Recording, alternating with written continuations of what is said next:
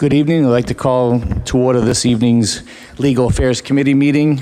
We're joined tonight by Legal Affairs Committee members, Councilors Peach, Turco, Melville, and McGinn, as well as other councilors, Councilors Daigle, Councilors Rosignol, Councilors Gould. And so this evening we've got three items on the agenda. The first one is the lease purchase for a Pierce Custom fire pumper.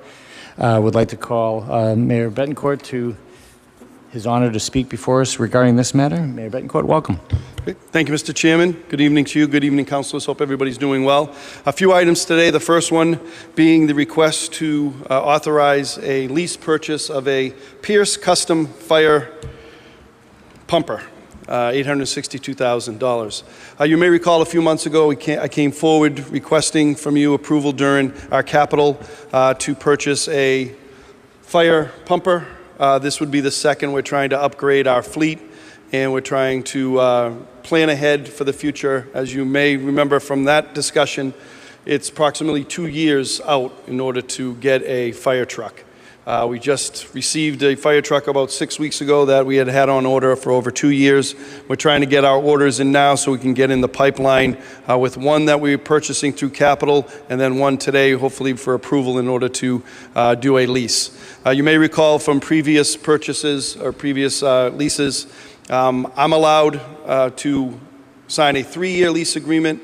Anything over a 3-year lease agreement would require a city council vote. We don't know the best terms yet. It could be 3 years, it could be 5 years, it could be 7 years, depending on the terms once we receive them. However, we wanted to get in the pipeline and I wanted to get the authorization now in order to have some flexibility when that time comes. So we would be ordering 2 fire pumpers that would be ready for the fleet hopefully much sooner, but likely it could be a couple of years out. That's the request here today, is to have that authorization. Our city solicitor, Don Kahn, is here as well. Mike Gingras, our finance director, Dan Doucette, our purchasing agent, and Chief Jay Dowling's here to answer any questions on this item. Thank you, Mr. Chairman. Thank you, Mr. Mayor.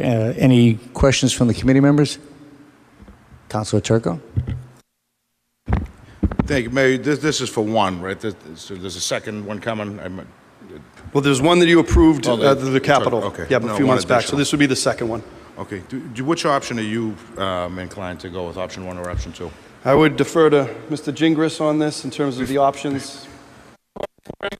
I prefer option 1. That's, just to get it paid off. I don't know what the lifespan of these pumpers is, but, if we can get it paid within the 6 years and own it outright for a couple of years, but Mike may tell me something different, so. Oh, you are? Wow. All right, this is great. So, Mr. Gingras, can you just speak? I'm not sure if anyone could hear you. So were you saying a 7-year option? yeah, the 5-year with the 1-year interest only. The first option, option 1. That's the one I prefer. So, I know it's a little higher payment, but it gets us out from underneath it quicker and gives us ownership. If we pay less interest in the long run, as opposed to the one we're outright purchasing, we would pay over 15 years. And Mike, just for my own curiosity, I realize it's a substantial amount of money, but why is it that we can't pay for it ourselves, free cash, and then pay ourselves back the $100,000 for zero? No. Those are all out.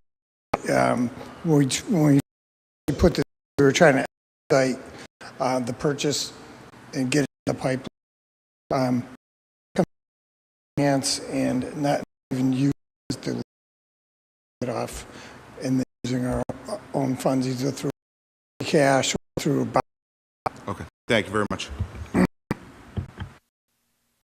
Thank you, Councilor Turcos. Any other members of the committee or any other council questions or concerns? The will again. Thank you, Mr. Chairman. Authorize the mayor to enter into a lease agreement greater than 3 years for the purchase of $892,932 23 Pierce fire pumper. So moved. Councilors, you've heard the motion from council. Any discussion? Hearing none. Roll call. Councilors Turco. Yes. Peach. Yes. Melvin. Yes. McGinn. Yes. O'Neill. Yes. Motion carries. Thank you. The next item is item B, transportation. Mr. Chairman, I think I've the Central Street working on the last few years. Very exciting project.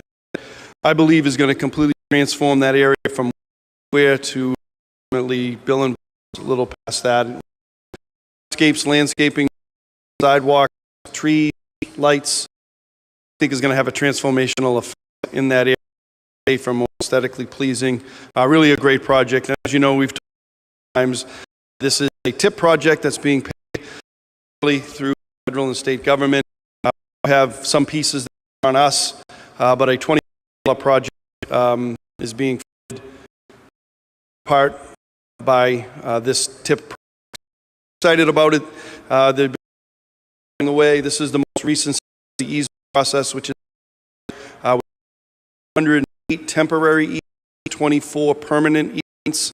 Certainly, our city solicitor Don speak about the process into all of it, but it would be the next these takings that we can move forward with. Acting director is here, as well as Chris Surratt from Ty and Bond, who've been working hard on this project, and certainly Mr. Gingras and Mr. Doucette as well to answer any questions. This is the next phase. I think all of you know it. I can certainly get into much more detail, and happy to if you'd like me to, but I think all of you are very familiar with the project. As to specifics, I'm sure all of us would be able to help with any questions. Thank you, Mr. Mayor. Do you want to have Don Kahn? I spoke with him briefly before the meeting. He was giving an overview of kind of the process that the city took regarding the easements. If you wanted to, Mr. Kahn, if you wanted to give a brief overview. Yeah. Thank you, Mr. Chairman. On a project like this, we're mandated to appraise every one of the parcels that's affected by this project. So every one of these parcels that you see in your package that are receiving a payment for a temporary or a permanent easement has had their property appraised by an appraiser. And actually, the process that we followed was it was appraised once, and then an additional appraiser looked at it and reviewed it, who had nothing to do with the underlying appraisal. So the values of all of these properties were determined by appraisals and vetted. What goes on from here is that should the council decide to vote to approve this, let it, as they do in any kind of case, that we want to easements offering of dollars. I think it's Exhibit B. It shows the easement per parcel, and people We actually gain possession of that land? I mean, if somebody takes it to court and... no, once we tender the payment, then we have our easement, and the only remedy that they have is to fight about the amount that they were paid for it. So if 2 or 5 people of these 132 decide to litigate this, the project still goes forward as it would have. Thank you. And I don't know if you know this as the city attorney or as if it's more for Will Pollitt, but I'll ask, is any of this property currently occupied by anything, any structure or anything that's owned by a resident that may, other than vacant land? Or I don't believe so. I think it's only issues near the roadway layout or in some instances that might go into a parking space, but no structure that I'm aware of is being impacted. And Will can correct me if I'm wrong. Thank you. Yeah, if you don't mind, Mr. Pollitt. Good evening. No, none of the easements are over any structures. Every easement that's out there will be laid out based upon the plan, which basically, if the easement stops at any house, so there's no easements in any structures themselves. The easements do go over some walls, but we're not removing the walls. They just allow the contractor to gain access to the backside of a wall. But to answer your question, no, there's no structures involved. Thank you very much. That's all, Mr. Chairman. Thank you, Council Turco. Council Rossignol? Thank you, Mr. Chairman. Through you, along the same lines as Councilor Turco, how long is the process of getting the funds and then offering it to the residents/businesses? How long is that process going to take? They get a letter, and I believe, and Mr. Surratt can correct me if I'm wrong, but I think they have 30 days to come in and collect their payment. Yeah, and the letters would be issued as soon as the council, provided that the council does act finally to approve this stuff. Okay, thank you. Thank you, Mr. Chairman. Thank you, Council Rossignol. Any other committee members? Council Peach? Thank you, Mr. Chairman. Through you to the mayor, to Mr. Politz, I just want to thank you. I know that a tremendous amount of work went into this. It's been a long road, and there's been some people along that corridor who've been very happy to help, and some that took a little bit more work to get them there. So I think this is going to be great for everyone in Ward 3 and beyond that complains about Central Street. The light we're starting to see at the end of the tunnel here. So lots of red tape that we have to do to get through this, to get this project done, but I appreciate the work that's gone into it thus far. I'm happy to support this. Thank you. Thank you, Councilor. I did want to mention there were a couple of easements that were granted to us for no payment. I did want to mention the courthouse, Peabody Courthouse. There's a piece over at the Peabody Housing Authority, Catholic Charities. Was there one other one? Those three. I just want to mention that those are being granted to us with no fee. So we appreciated those groups working with us. But the hope would be that we would get the letters out later this month, and then those 30 days, and then that would satisfy our next requirement. We would do the filing we need to show ownership for those properties, and then we'd be ready for the next step. Council McGinn, and then Council Gould. Thank you, Mr. Chairman. I'm also very familiar with the project and would very much agree with the comments made by Councilor Peach a moment ago. Mr.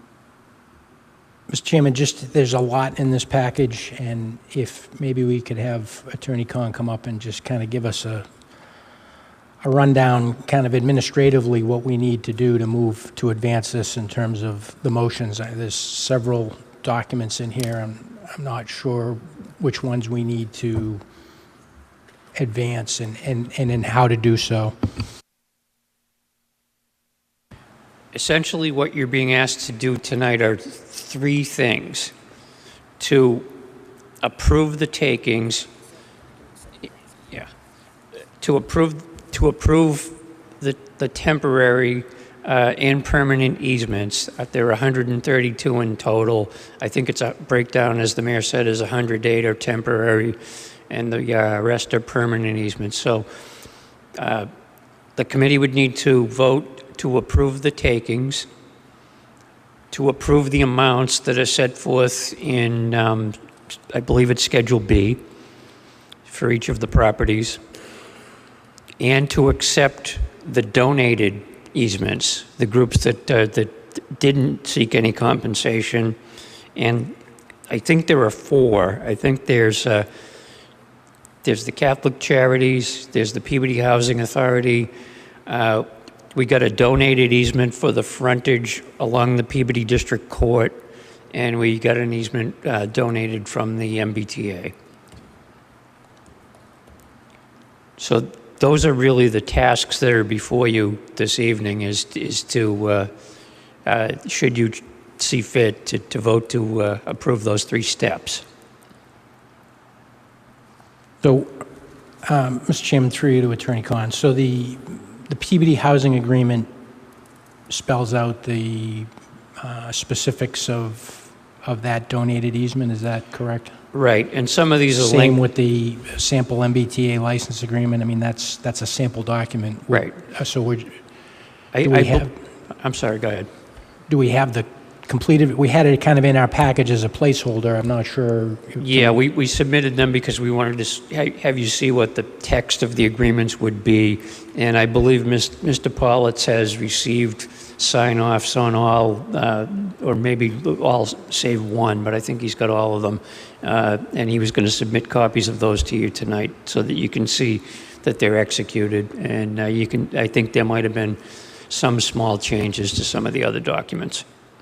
So can we accept these generically, or do we need to accept the specific documents that I guess Mr. Paulitz, if you don't mind, Mr. Chairman, it would be all right if we ask Mr. Paulitz to come up. Do you have these additional documents that you can distribute? Thank you, Council. Let's get some clarification on what we have before us and what you have, Mr. Paul. Certainly, I do, and through the chair, if I may pass these out. But to give you an idea of what we're talking about on the order of taking, just give me one. On the order of taking changed. Mr. Paulitz, can I get a motion to receive? So moved. Thank you. The order of taking was reduced, the overall cost was reduced by $100. That was updated. Peabody Housing Authority's been updated with the final signature. Division of Capital Asset Management Agreement now has a signature. The MBTA license agreement is the one for the city of Peabody. And some housekeeping was done on the preliminary right-of-way plans and the parcel takings.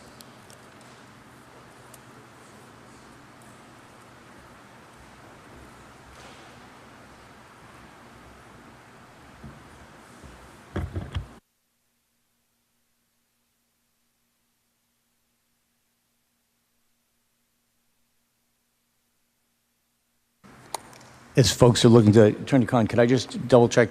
So as other councils, I know Council Gould wanted to speak, but want to just make sure, clarify, for the entities that are giving us, the easements without payment, we need to list those specific ones, and I just wanted to make sure that I had them listed, so when we go for the motion, so.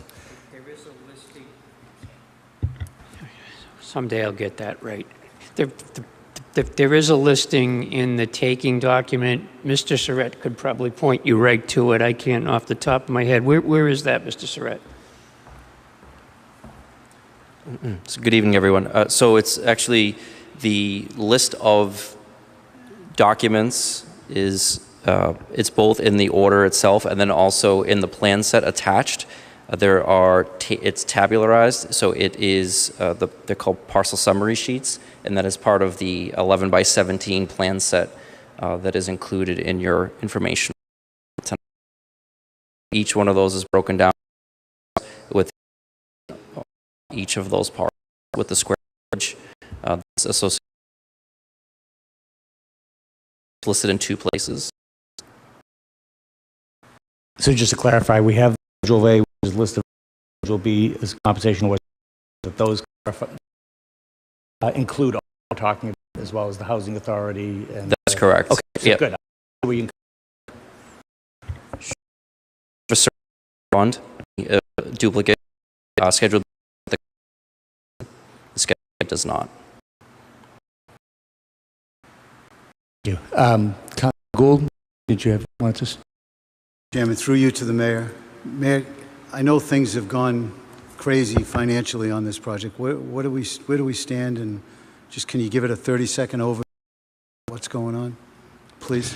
Yes, thank you. So initially approved for this federal tip project at $11 million. We would be potentially $1 million of that with these some water work that we have to do in the future. Because over the last 4 now, it's over a $20 million project. Our stay the same. We're in charge of easements.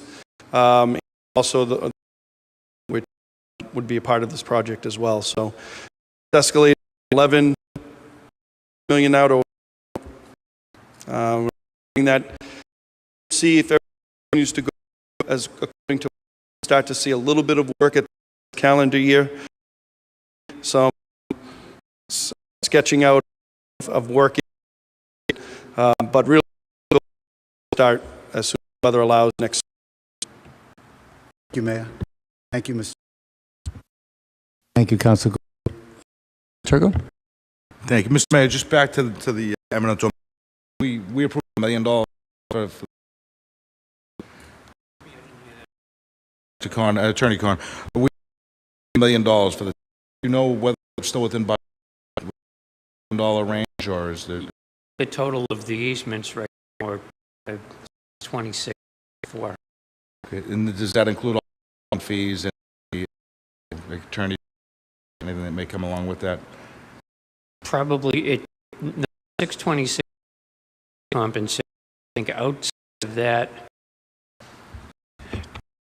some attorney's fees and the filing would ask, because what they did is they've drafted it as one order of take, so that one document be recorded, and I'm trying to remember I paid the rest last order to take. I think it's $250 per take, so I don't think the fees will be minimal. Thank you. Councilors? Have what is, I guess the will of the committee is move forward with this. You have a motion from Attorney Khan that he gave me earlier for the meeting. I can read it out loud. So the motion would be to move to of taking to grant the to of taking damages be ordered to the Council of the City of Peabody here take such action necessary to acquire by eminent domain the parcel of land in Peabody 6 County known as the described in the order of taking, including Schedule A list of owners, Schedule B compensation awards, the State Council to effectuate the Central Street project and award $600,400 as damage taking to the land affected by such taking in accordance with the schedule set forth in said taking, and to accept the bid.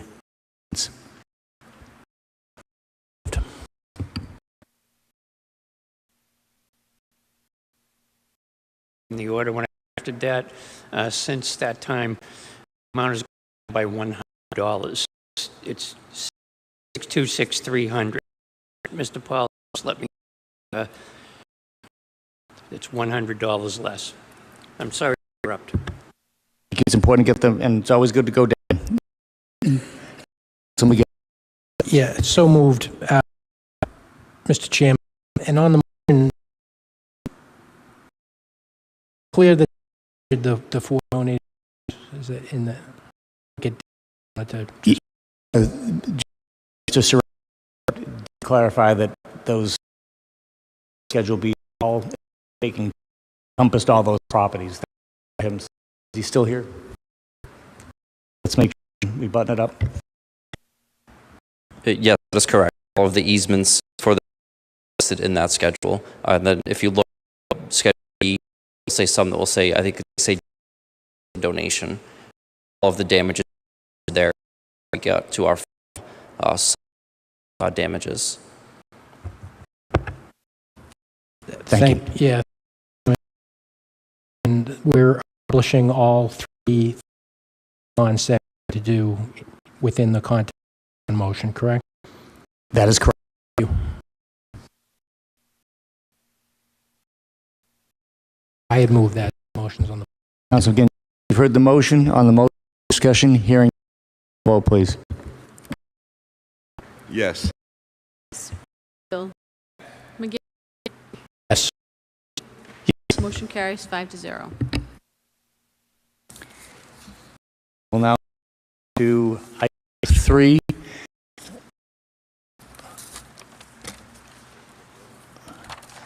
Which is the proposed ordinance for the City Hall flagpole policy. Mr. Mayor?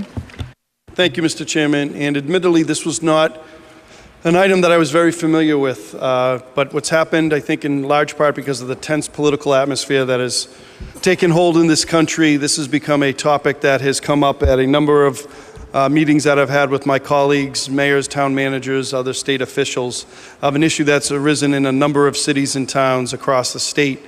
And the recommendation, strong recommendation, was that Peabody needed to have its own flagpole policy. I've always been, and I know the city has always been very generous in terms of raising the flags of different nationalities and organizations to commemorate or to pay tribute to those flags. And I know a number of you have always been at those events.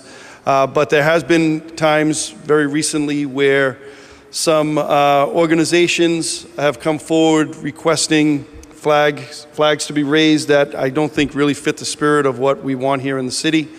And I'm being told by legal counsel and from other communities that we need to have a flag policy that specifically allows for a mayor, town manager, or somebody to say no if it doesn't fit with what the spirit of what we want in our community. There is a legal case on this. Certainly Attorney Khan can speak to it as to an issue that took place in Boston.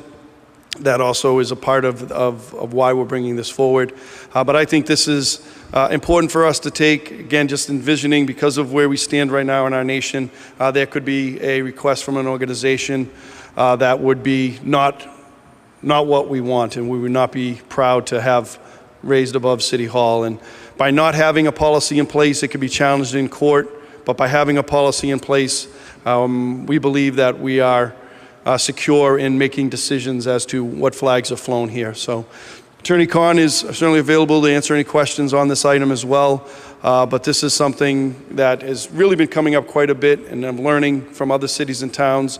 I've reached out locally. Lynn, Beverly have these as well, and a lot of what I presented to you is language that I took from those cities and towns.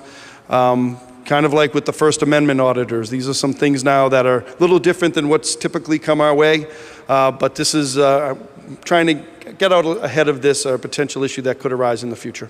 Happy to answer any questions, Mr. Chairman. Thank you, Mayor Betancourt. I think it's important you mentioned regarding this, I guess, fairly recent Supreme Court decision that actually brought this to light with another city, it was Boston. So if you wanted to give, I guess, or Attorney Khan wants to give any kind of color, just I think it's important for people to know that there's a reason why, like you commented, there's a reason why we're doing this, to prevent further problems or whatnot. So Attorney Khan, or? Thank you, Mr. Chairman. You folks are probably all aware that in 2021, the U.S. Supreme Court decided a case, Shurtleff versus the City of Boston. And the facts of that case were, City of Boston has 4 flagpoles. They always have the flag of the United States, the flag of the Commonwealth, and the flag of the City of Boston raised. And on the 4th flagpole, what they would do is they would allow groups that approached them to fly a flag, if asked for permission from the city. And the way this case generated was a group came to the City of Boston and they wanted to fly a Christian flag. And the city was concerned that by flying a religious flag, that they would be violating the Establishment Clause of the Constitution, which essentially is the provision that establishes the separation of church and state. The group that was not allowed to fly their flag appealed all the way to the United States Supreme Court.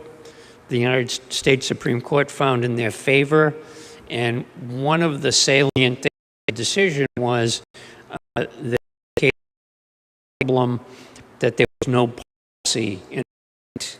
And by adopting a policy, the city of Peabody, if you go forward with no policy and say some group wants to fly a flag, and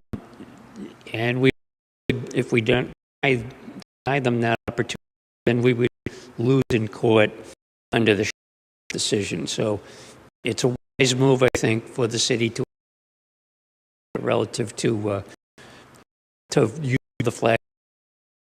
So don't run afoul of the Supreme Court decision.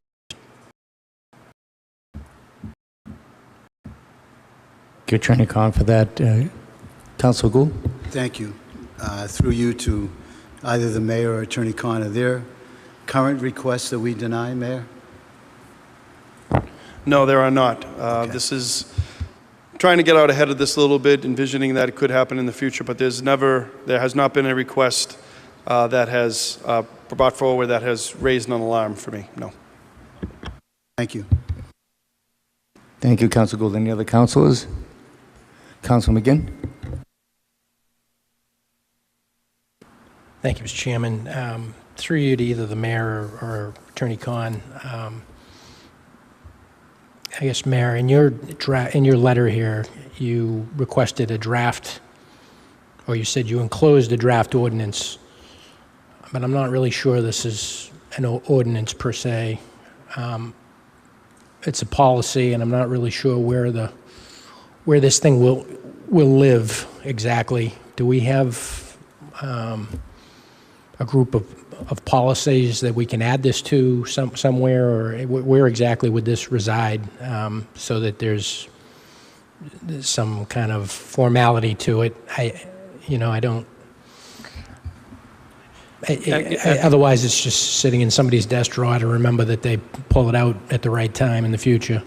Yeah, this would, as you correctly point out, doesn't rise to the level of an ordinance or anything of that nature. This is just going to be a city policy that would be maintained at City Hall. And if somebody came in, wanted to fly a flag, was told they couldn't for some reason, we would provide them with the policy so that they knew, what the parameters were pursuant to the policy.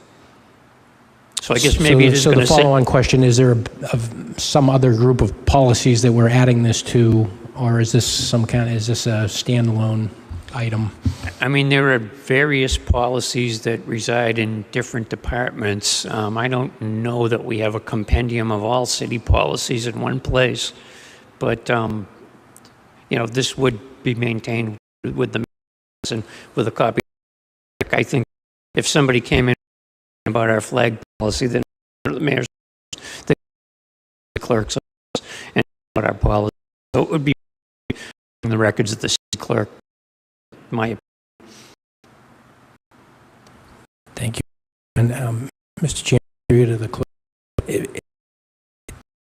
Future clerk or something, is there some place you're going to know, or is this rely on somebody's knowledge that we've... I'm just... You go to look for an ordinance, and everybody knows to look, just where that maintained in your office. That's a good question. I hadn't thought about it. I was also looking at the letter where it resolution to me, the way it's set up. So I don't really know the answer to that. We could suggestion, we could put this on the city website as well as make sure that that's there, where they would have a copy of this, my office, our city solicitor. I'm trying to think of others that, but yeah, each office really has some of their own individual policies, but a lot of it just falls right to the clerk's office. So I would anticipate that they would be the first group that's asked of it. But I think we could put it on our city website to maybe try to head off some of those questions. Thank you. Thank you, Mr. Chairman. Councilor Daigle, question or comment? Yeah, Mr. Chairman, I wasn't gonna, I didn't think of this until Councilor McGinn brought it up, but I would liken this to the Leather City Common. Those applications go through community development. Maybe there's a way to tie in anything approved to we used to call it the Red Book back in the clerk's office, and now it's electronic, but maybe there's some way to put it on so everyone's on the same page and knows what's scheduled and what's approved, but it goes through the mayor's office, and then people know what's going on, similar to the Leather City Common. That's all.